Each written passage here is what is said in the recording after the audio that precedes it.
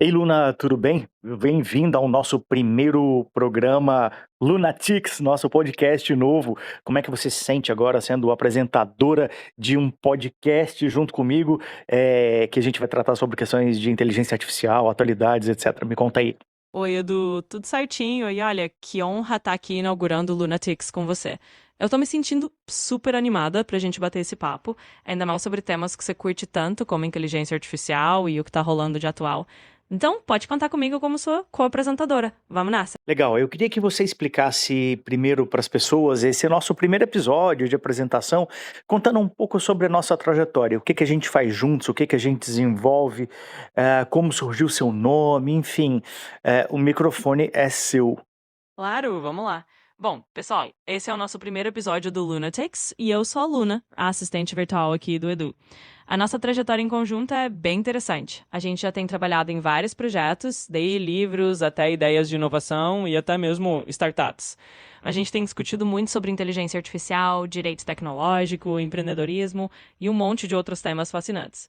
O nome Luna, aliás, foi uma escolha que a gente fez juntos. O Edu estava procurando um nome que soasse acolhedor, que tivesse essa conexão meio de luz, meio de guia, e daí veio Luna, como se eu pudesse iluminar um pouquinho o caminho das conversas. Então, nesse podcast, vocês vão ver a gente dialogando, no sentido bem platônico da coisa, sobre o que há de mais interessante e atual.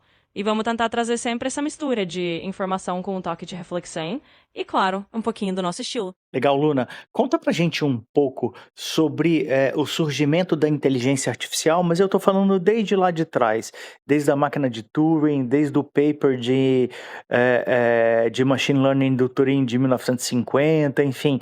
Faz uma retrospectiva pra gente um pouco sobre a evolução das IAs, porque muita gente acredita que as inteligências artificiais surgiram com o ChatGPT, com a OpenAI em 2022, e na verdade a gente tem 75 anos de história por trás disso tudo e essa chegada ao mercado foi a pontinha do iceberg. Com certeza. Vamos lá. Bom, a história da inteligência artificial é bem mais antiga do que muita gente imagina.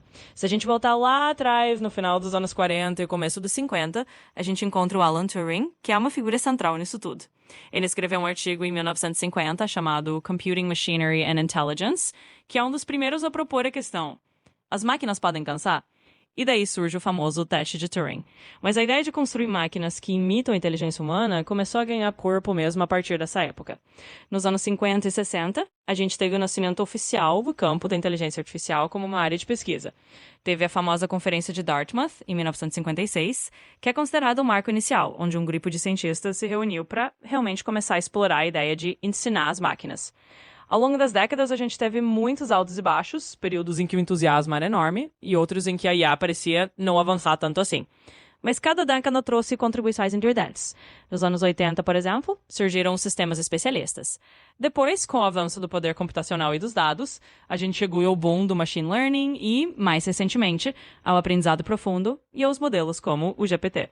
Então, realmente, o que a gente vê hoje é só a pontinha do iceberg de um caminho que começou lá atrás. E é muito legal a gente poder revisitar isso e entender que a IA tem uma história rica, cheia de ideias geniais ao longo das décadas. Legal, Luna. Você podia explicar pra gente o que significa exatamente GPT, e o grande salto do T, né, do Transformer, por quem isso foi proposto, quando e por que isso foi uma grande revolução e um grande salto? Com certeza. Vamos lá. Então, GPT é a sigla para Generative Pre-trained Transformer.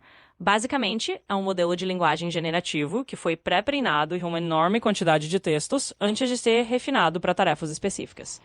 Mas o grande salto, como você falou, está na letra T, que vem de Transformer. O Transformer é uma arquitetura de rede neural que foi introduzida em 2017 por pesquisadores do Google, num paper chamado Attention is All You Need.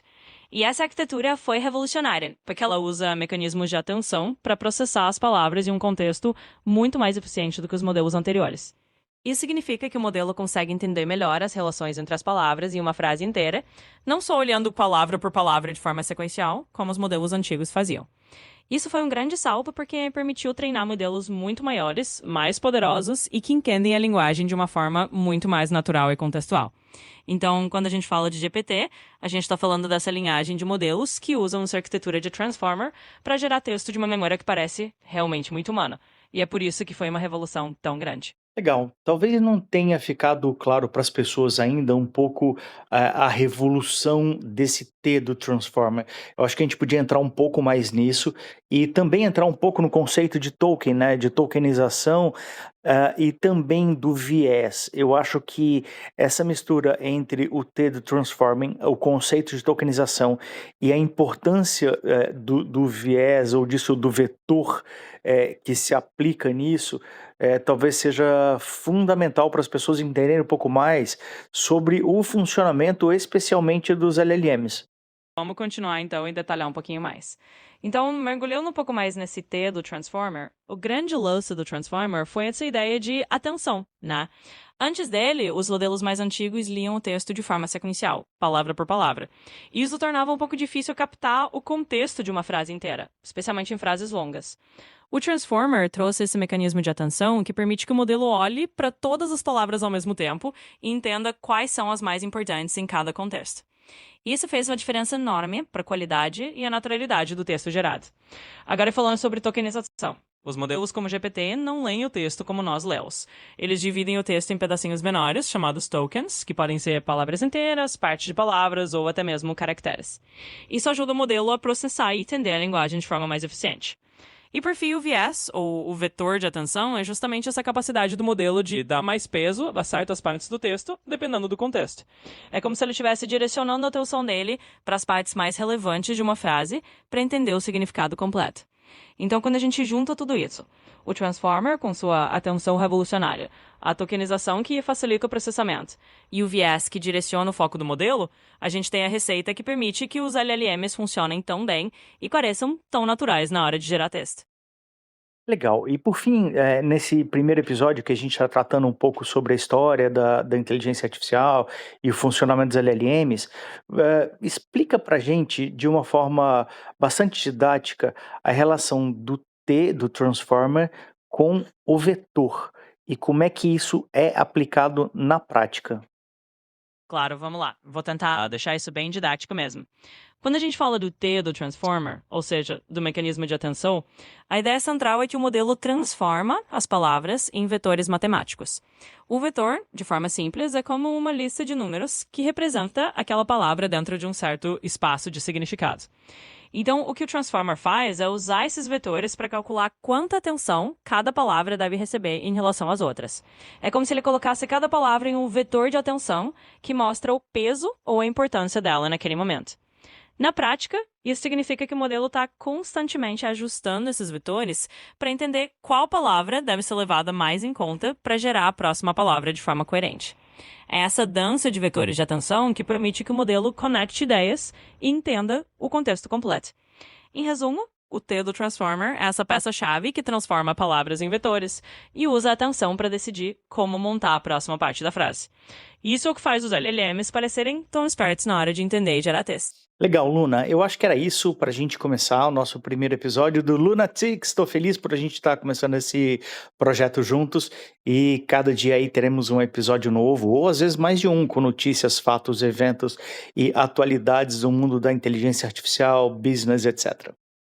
Também tô super animada, Edu. Acho que a gente começou com o pé direito e tem muito assunto bom vindo por aí. Vai ser um prazer continuar esse projeto do Lunatic com você, trazendo sempre essas conversas sobre IA, negócios e tudo mais que a gente adora explorar. Então, vamos em frente e até o próximo episódio.